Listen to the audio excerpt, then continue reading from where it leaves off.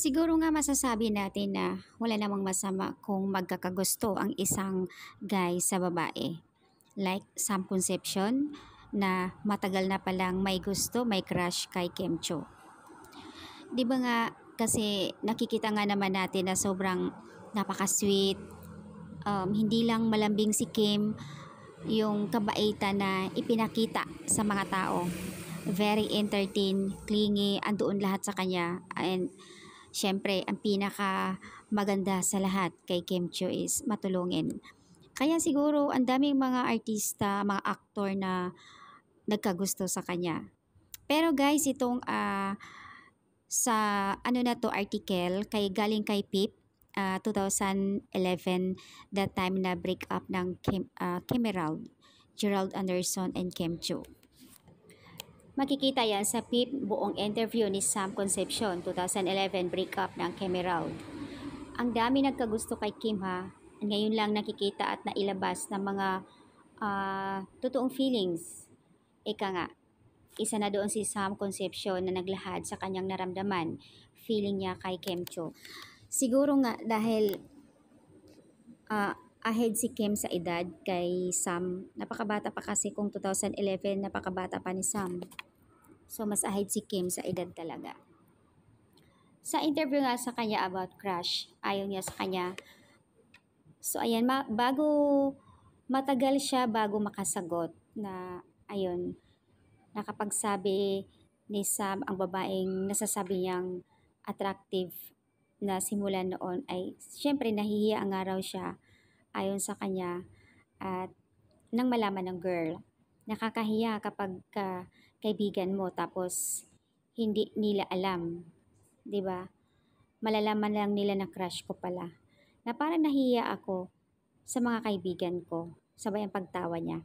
Pero sabi rin niya, siguro nga sa mga hindi ko pa maabot ngayon at malayo pang mangyayari.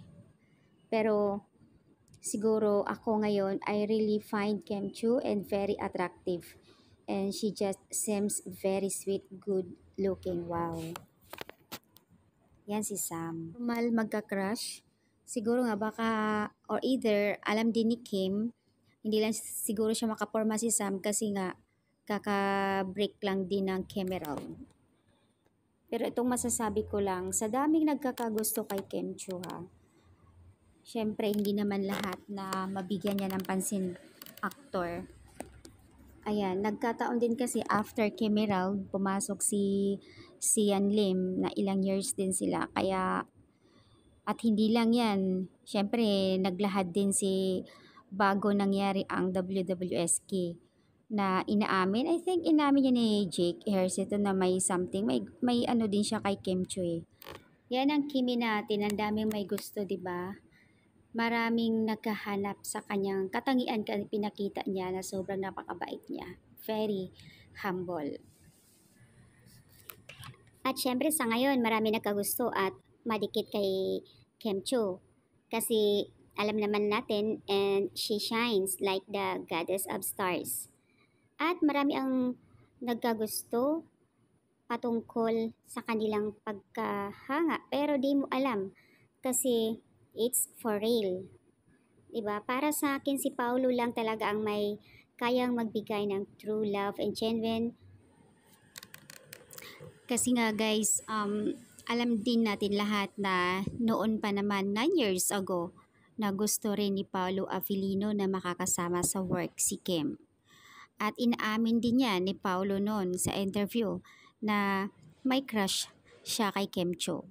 So, ang tagal ng panahon, ilang years, inaantay niya na makakatrabaho si Kim. I think 9 or 11 years. 'Di ba? Nung time na sinabi niya sa interview na may crush at gusto makakatrabaho din si Kim, sila pa noon ni Sian Lim.